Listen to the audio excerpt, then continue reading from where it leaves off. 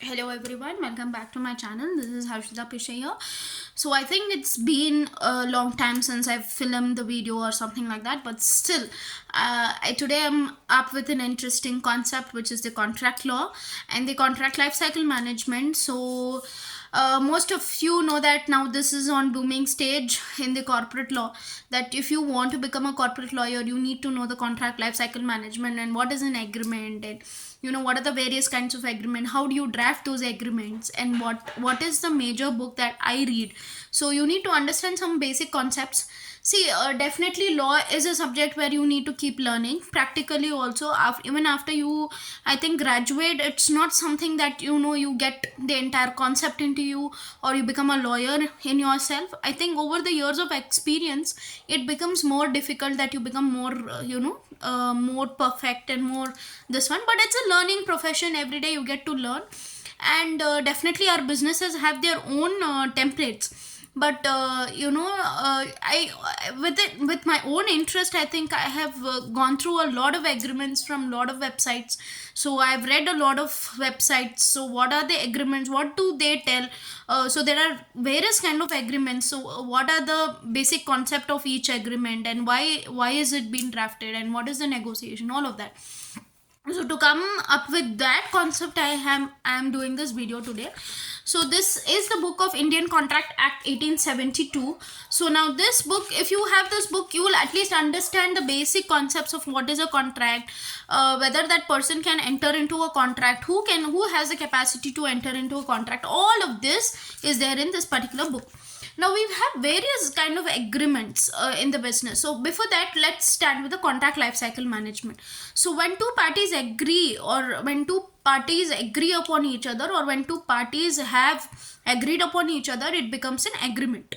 So that is the first concept what you need to understand. And when they agree and they the contract, when it gets signed, it becomes an agreement.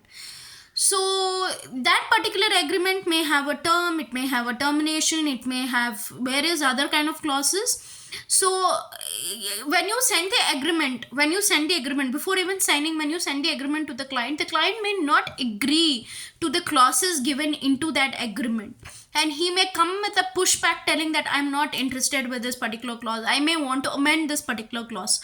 So amendment would be a better word in law. So I may need to amend this particular clause. So at that point of time, when he comes with a pushback, you have to be ready to convince the client, and you have to be ready to negotiate with the client as to why he's not agreeing to that particular part, and how can things get settled.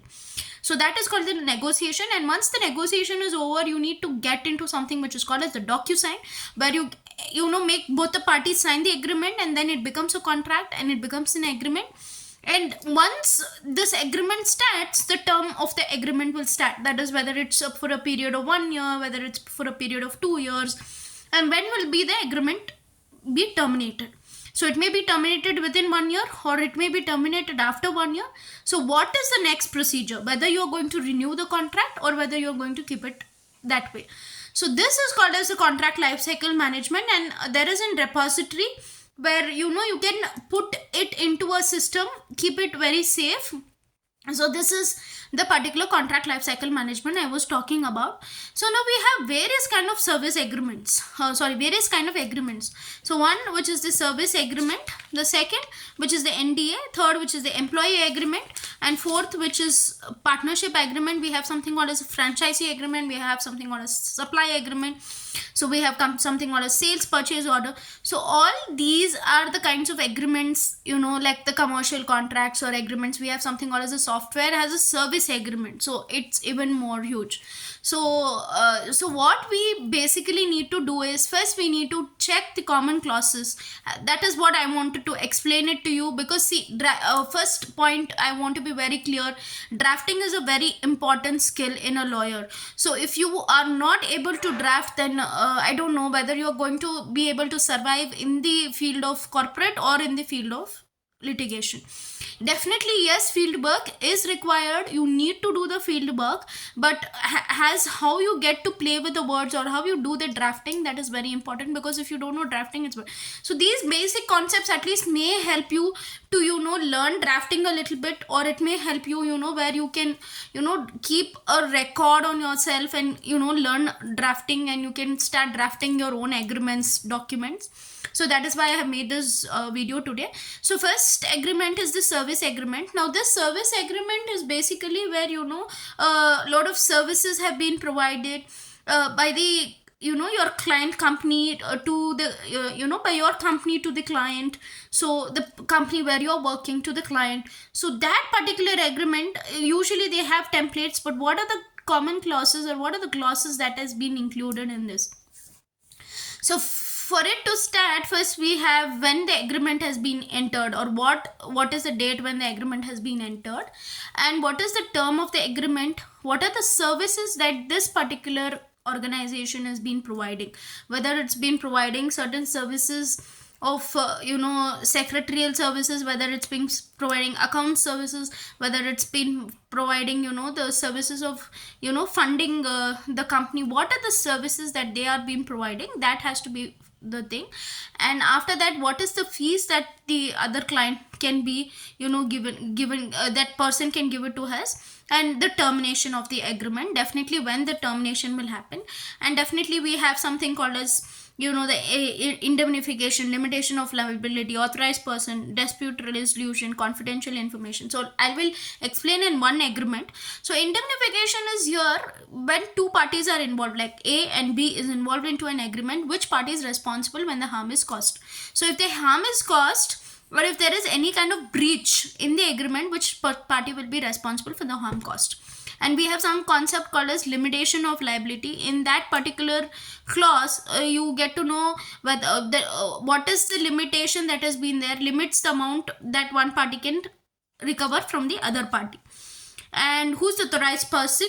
Okay, who will be the authorized person for this particular contract and agreement? How will you who will you send notices to? Who is responsible for the notices? All this. And dispute resolution system. Dispute resolution system is basically a concept where if there is any kind of disputes that has been arising in the agreement, then what will you do? If there is any kind of disputes arising in the agreement, what is the next step? Whether you will go to arbitration, whether you will amicably settle, or whether a notice will be sent, what is it? So that has been explained in this. And definitely the confidential information, any kind of agreement, any kind of not only agreement, any kind of information, that trade secrets or any kind of business secrets or any kind of passwords, any kind of business ethics, whatever is there in the business, it cannot be disclosed to your client, or your client cannot disclose it. You can disclose it to your client, but after the closure of the business, he needs to destroy that particular confidential information within a period of time, like within 45 days, within 90 days. He cannot disclose it to another party. He cannot tell your trade secrets to another party. So it's very, very important for you to not for your client company to not disclose the confidential information. In case if he's doing that, you can sue him for breach of the contract. So that is one thing. And what is the governing law? Like, I have worked on different kind of agreements, like over the globe. So here, if you are working on Indian agreement, or if it is a Bangalore place, then it's an Indian agreement. So now coming to non-disclosure agreement, it's definitely a confidential agreement. Like I said, the trade secrets or any secrets of the company or the business must not be disclosed by either your employee or either your people who are working with you, or either the person or the other business who's working with you. He cannot take the trade secrets from you. So that is the reason it's very important for you to get a NDA signed from him. Now coming to an employment agreement, I think we all know that employees, whenever they get into an organization, they are given something called as an offer letter. So now this particular offer letter is only called as an employment agreement, where sometimes there are some kind of disputes that may arise.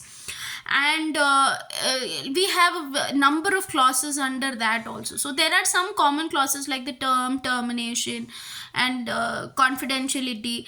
And see, term, what is the term, whether what period of time he will be a employee to you, and what is when he will be terminated as an employee, or is it a full-time business, is it a contract business. If it's a contract kind of an employment, but sorry, it's not a business, contract kind of an employment, when will he be renewed from that employment, whether he will be continuing that employment and after the closure of that particular contract, all this particular things. And what is the position that he's going to be held, what is the leave policy, whether a maternity policy has been given in the company, and what is the period of maternity that he is going to be facing, and what is the leave policy, whether 1 day of leave has been given in a month, casual leave, sick leave, all this will be mentioned in this particular agreement. And also we have the confidentiality. Again, the employees are not allowed to disclose the trade secrets, or they're not allowed to take any of the company assets. So whenever they are into the business, whenever they are working with the organization, or whenever they are sitting with the organization and working, they can keep their assets, they can keep their trade secrets and all of that. But once they are the closure of employment is over, they need to return back the assets what they have taken back from the company, and everything needs to be returned back. So that those are few clauses. And indemnification, again, indemnification, who is responsible for the loss cost if there is any breach. If the company is also suing you, what can you do? Like suppose if there is a recession and he's suing you and you're not able to do something, then what you can do. So that particular employment agreement is very important. Now coming to partnership agreement, I think we have this one agreement which is very important. Now when two partners agree upon each other, they want to get into an agreement, and they are making a partnership, and they want to enter into agreement, it becomes a partnership agreement. So here also we have the term, the termination, and also the fees payable. So here definitely the first thing is we have something called as active partner and other things. What is the kind of capital contribution each partner has made, name of the partners, addresses of the partners, the term of the partnership agreement, termination of the partnership agreement, again if there is any dispute what will happen, and what is the indemnification clause. So there are various kind of clauses like this. So, and also we have the voting rights. So who will be the voting rights of partners, and rights of partners, and responsibilities of the partners, duties of the partners, all of this.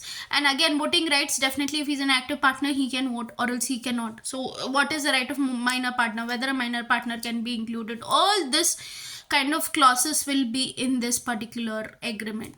Now the last agreement, coming to the last two agreements, supply and SPO.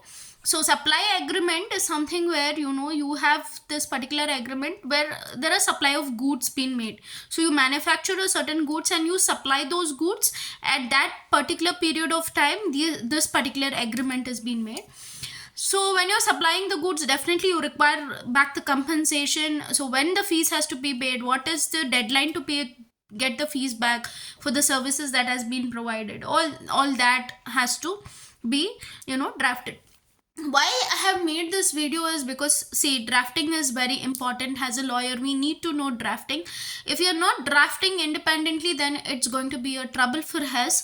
So that is the reason these are various kinds of agreements that I have gone through. I will also give you certain addresses like IP addresses where you can go through the agreements. Like if you can see serviceagreement.gov.sec, you can check the entire agreement which will come in front of you. There is another clause called force majeure clause. So now this force majeure clause is particularly in the event of act of God, who will be responsible. So if there is any act of God, no party can be responsible. So these you need to keep reading. When you keep reading, you will understand. So if you understand your agreements well, if there is any kind of disputes which are arising, then in that case you can go to the arbitration. So it is like a very important step for corporate lawyers, or even if you are practicing law in corporate litigation, it's very important. So I thought this video is important for our younger generation, younger students. So that is why, and you can buy one book which is called as the Drafting, Pleading and Conveyancing.